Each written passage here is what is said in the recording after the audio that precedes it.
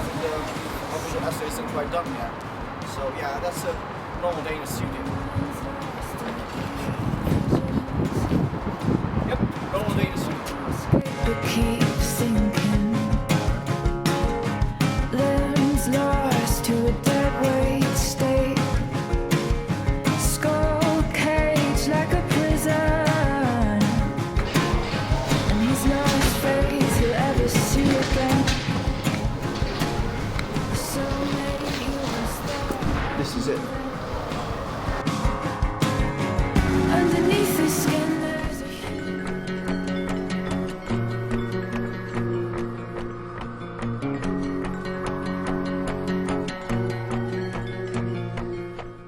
The first task of the year is doing sketches of buildings in Manchester. I start to get around the city and explore it. And then I found that Manchester is a very interesting city as modern buildings are starting to replace the old buildings. In our project Border Space, we have to design garments which has to respond to a place in Northern Quarter.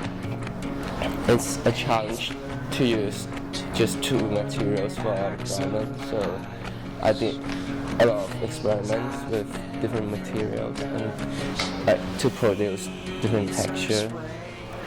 I have also done a lot of study of my own body in order to produce the garment.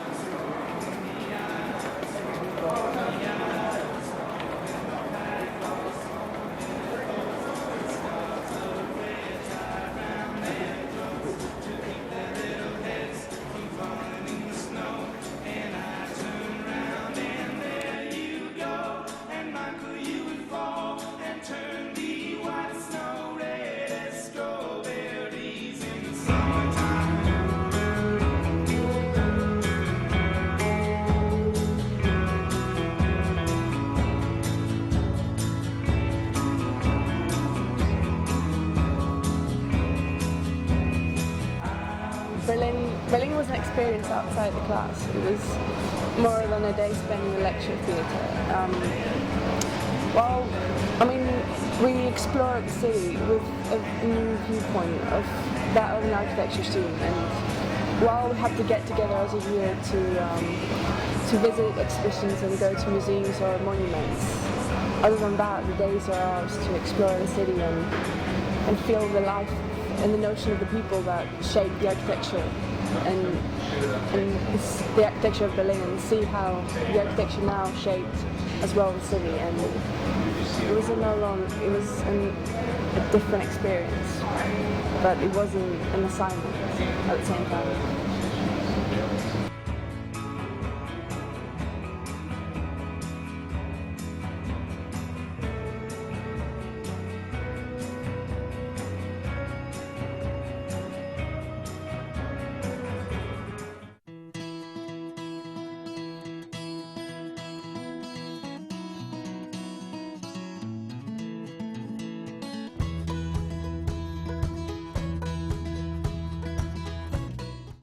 The second project was about making an atrium design for the newly built St. Ambrose School in the Moorside.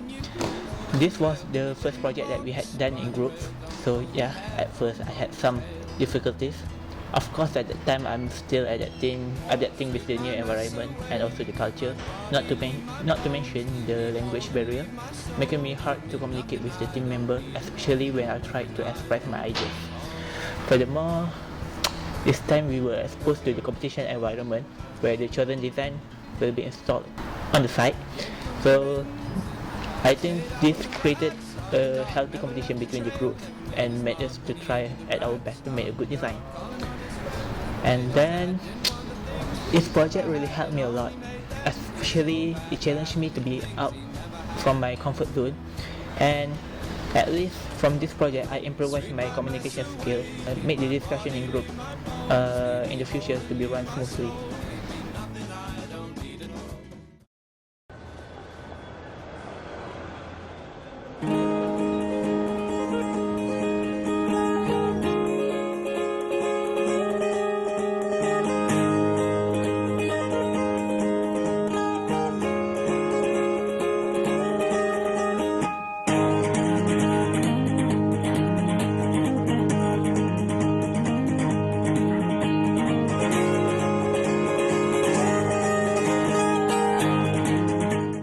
how did you start the UMIS project?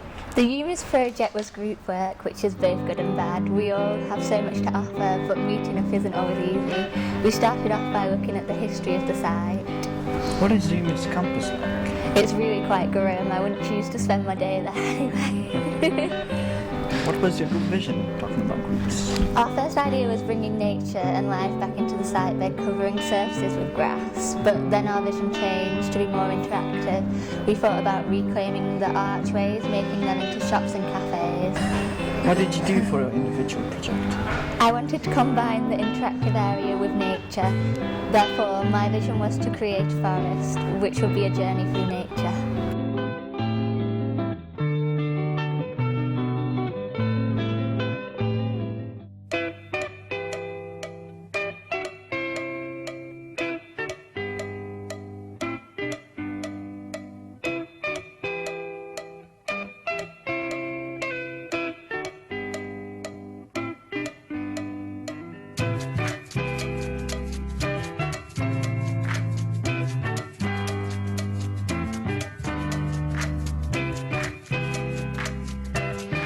When we were given the brief for the Paradigms project, we were initially daunted by the amount of work we had to do.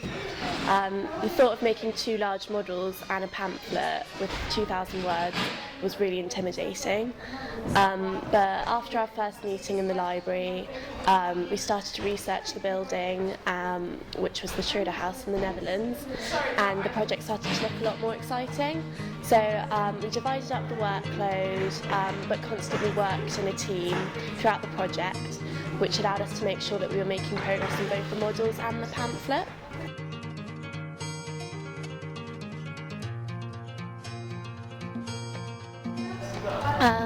The Paradigms project was probably one of my favourite parts of first year. I really enjoyed learning about the history, structure, programmes, functions and context of the building, and it really let me get into the mind of the architect, who was Gerrit Rietveld. Researching the Schroeder House also meant that I got to learn about other digital architects and artists such as Mondrian. And the house has really inspired me to find out about other buildings that engage the inhabitants in the same way, with swinging and sliding doors and walls that allow the structure of the home to change throughout the day as the programmes and functions change.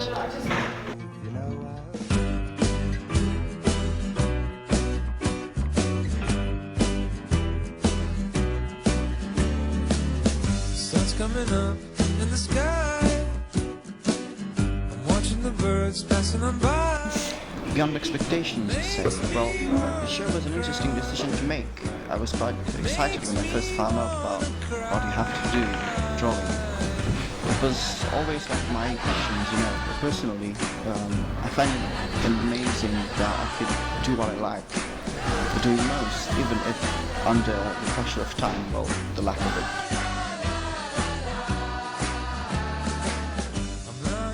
Upon the ground, watching the clouds running around, makes me feel so high.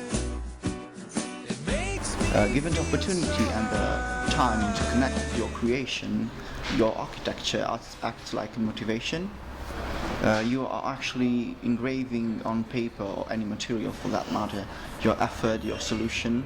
A really good way to have fun and interact with architecture. Around this town, 7 times with 7 trumpets sound. Final trumpet blows its horn, call the Lord to come and take me home.